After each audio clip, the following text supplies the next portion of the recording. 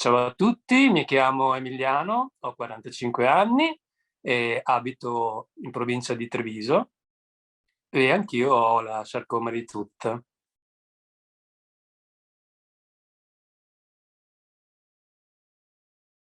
Penso che la parola più esatta per descrivere come mi sentissi prima della diagnosi sia confuso. Il mio percorso diagnostico è stato abbastanza arduo, ma penso come quello di molti altri. I primi sintomi furono legati soprattutto al cammino. Mi accorsi che il piede sinistro non rispondeva più alle mie sollecitazioni, si piegava verso l'esterno, appunto in fase di spinta, e fu una cosa che percepii a distante perché al tempo ero uno sportivo, giocavo a pallavolo a livello agonistico e frequentavo l'università a Venezia, quindi ero anche abituato a camminare parecchio. Di lì appunto ebbi una consulenza con un ortopedico e nel tempo, nei successivi anni, le cose peggiorarono, iniziai a non riuscire più a correre, mi accorsi che inciampavo in qualsiasi infratto della strada, quindi con numerose cadute e distorsioni, perché bastava un semplice sassolino nel percorso per farmi così cedere il piede. E via dicendo, molti crampi notturni, soprattutto dopo, a seguito dell'attività fisica, crampi notturni e anche parecchie tensioni muscolari, soprattutto alla parte superiore del corpo.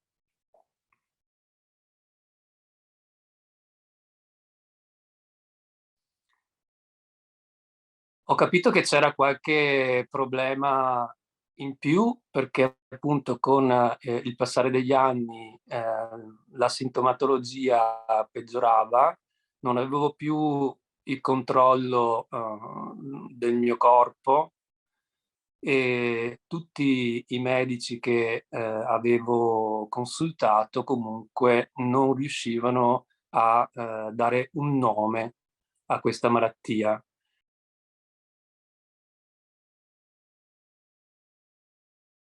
Devo essere sincero che mi sono sentito più e più volte quasi folle, perché comunque tutti i medici a cui mi sono rivolto, dal medico di base agli specialisti, neurochirurghi, neurologi, fisiatri, ehm, mi dicevano che appunto i miei sintomi erano tutti legati a questa discopatia dorsale che avevano riscontrato e che probabilmente così ero un po' portato a esagerare quello che io sentivo.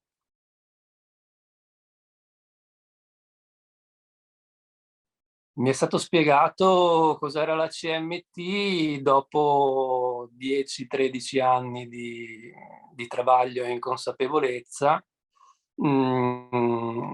Devo dire che la prima volta che mi fu diagnosticata, mi fu semplicemente detto che questa era una patologia ereditaria, progressiva e che non potevo fare nient'altro che affidarmi alla ricerca. Non mi fu detto che c'erano, diciamo, dei trattamenti fisioterapici che potevano aiutarmi comunque a rallentarne il corso, ma fui semplicemente indirizzato ad un ricercatore della mia zona a cui venne appunto affidato l'incarico di eseguire l'indagine genetica.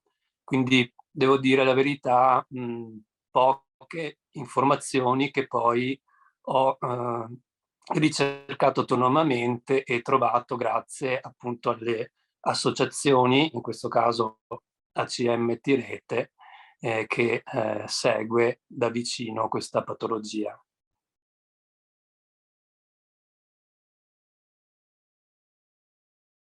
No, non avevo mai sentito parlare di CMT prima di allora. Devo dire che è stata la prima volta un po' un fulmine a ciel sereno.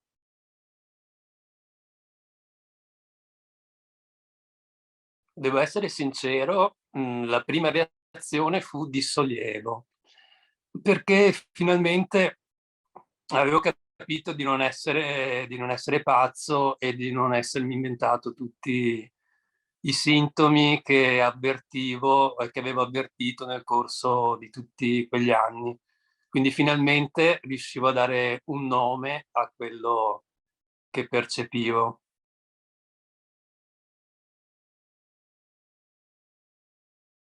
Come mi sento? Adesso, non ci faccio più caso, però soprattutto all'inizio, quando ho iniziato appunto a avere i primi sintomi, avevo un po' di timore ad uscire di casa e, farmi vedere, perché comunque quando cammino mi sento un po' goffo, anche se poi utilizzando, dei tutori di supporto riesco a muovermi abbastanza agevolmente, quindi nella realtà di fatti non si vede quello che ho. Però è stato difficile, è stato un percorso di consapevolezza abbastanza lungo, perché comunque, così, questa patologia ti rende un po', insicuro, autolesionista, e un po', mina la tua sicurezza nel corso del tempo, perché ogni giorno ti mette di fronte a degli ostacoli, che tu in qualche modo devi cercare di superare.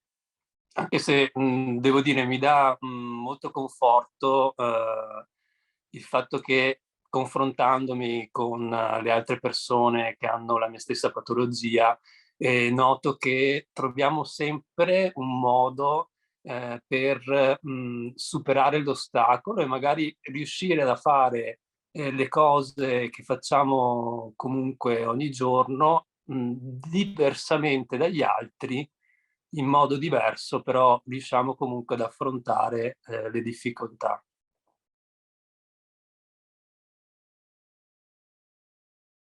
Beh, dopo tanti anni abbiamo un rapporto di confidenza sia con il medico di base, sia con il neurologo e i fisiatri che mi seguono.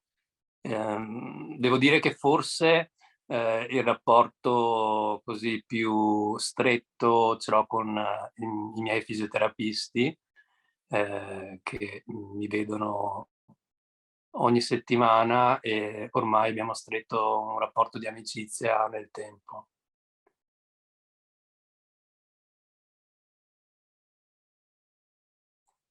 Sicuramente la mia famiglia, è un punto di riferimento per me, perché so che possono aiutarmi, io posso contare su di loro. Ho, molti amici che, mi danno una mano, anche se, comunque, devo ammettere che ho sempre qualche difficoltà a chiedere aiuto o, a fidarmi totalmente degli altri, perché ho sempre la sensazione che gli altri non possano capire fino in fondo, cosa si provi e quali siano i miei reali problemi. Sono una persona un po' che, è sempre stata abituata a far conto su se stessa. Mi rendo conto che spesso la gente è un po' troppo concentrata, sulla propria vita e difficilmente, così ha la sensibilità, di guardare all'altro. Quindi devo dire che in alcuni frangenti mi trovo un po' in difficoltà da questo punto di vista e cerco di superare queste difficoltà da solo.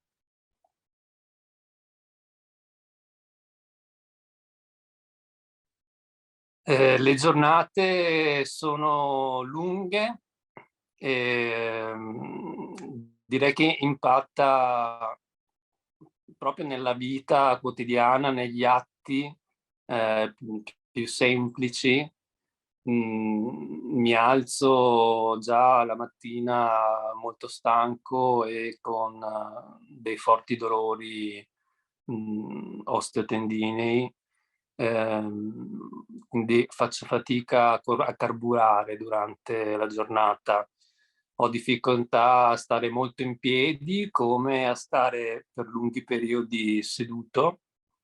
Ho la fortuna di lavorare da casa, in questo periodo post-pandemico, quindi sono anche un po' a fine giornata molto provato, molto stanco.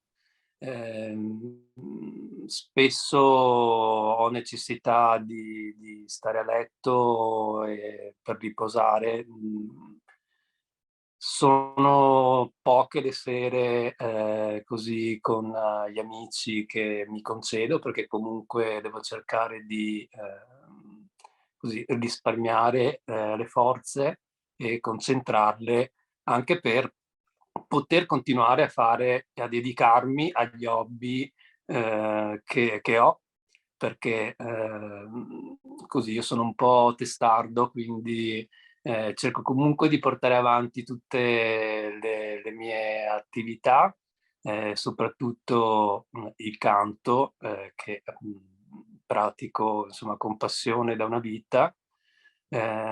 Mi crea difficoltà anche in questo, perché comunque l'essere sempre stanco, l'avere continuamente delle tensioni ovviamente influisce sulla voce, però ecco io, sono convinto che, continuare a fare le cose che ti piacciono, sia uno stimolo per non, abbattersi, perché purtroppo molte persone affette da questa patologia, tendono a reagire un po' diversamente, magari, buttandoci su, così, ecco, non riescono a superare il fatto di avere questi problemi, non riescono a superare, la paura del futuro.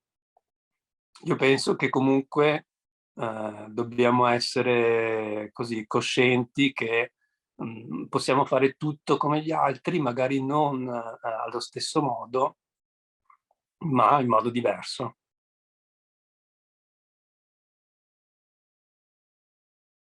Probabilmente, con il passare del tempo ho maturato anche una certa, consapevolezza di me stesso, quindi, devo essere sincero, riesco a fare, tutto quello che, mi propongo di fare.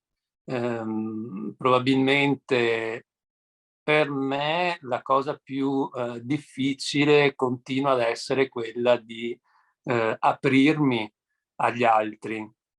Tendo un po' ad isolarmi nel mio piccolo mondo, fatto di serie TV e di animali fantastici, come dice un famoso film. Mi rendo conto che questo, ecco, forse è uno dei miei limiti, però, è la mia indole, anche prima di avere questa patologia, comunque ero una persona abbastanza timida, che aveva difficoltà nel rapportarsi, non tanto nel rapportarsi, perché comunque penso di essere abbastanza socievole, però ecco, proprio di entrare nell'intimo di quella che è la mia persona, ho difficoltà tuttora.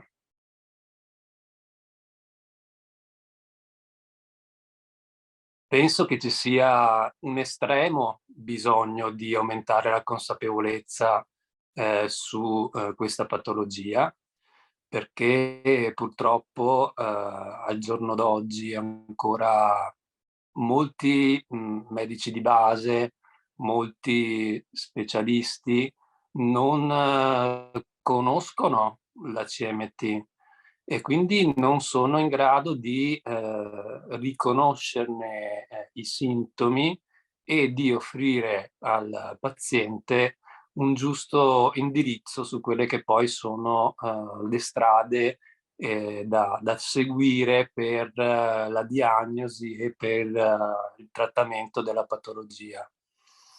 Quindi io, ecco, mi sento di dire che dovremmo tutti unire le forze per far conoscere di più la Charcot-Marie-Tooth. Se pensiamo che teoricamente siamo una persona su 2500, solo in Italia dovrebbero esserci circa 40.000 affetti, quindi parliamo comunque di numeri veramente grandi. Siamo una delle patologie rare più diffuse al mondo.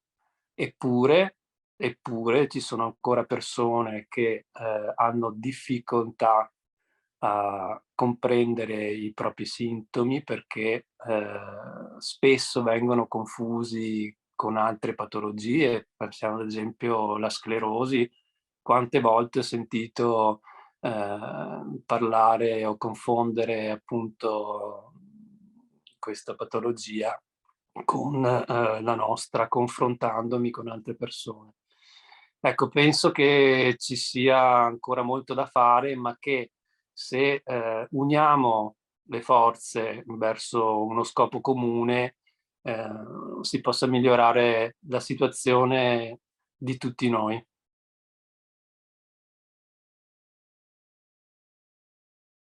Allora, io vorrei dare un messaggio, di speranza, ehm, nel senso che, spesso questa malattia, tende un po' così a deformare l'opinione che abbiamo di noi stessi, tende un po' a minare la nostra autostima, portandoci a chiuderci verso gli altri, portandoci a limitare le nostre normali attività quotidiane.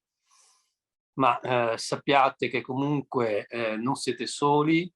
In Italia c'è un'associazione che si occupa di tutti noi e che ci aiuta ad affrontare i nostri problemi, l'associazione ACM Tirete, e assieme possiamo aiutarci a vivere meglio, ad essere più consapevoli di noi stessi e della malattia che inevitabilmente c'è e ci sarà sempre. Ma questo non vuol dire che dobbiamo rinunciare a, a vivere dignitosamente.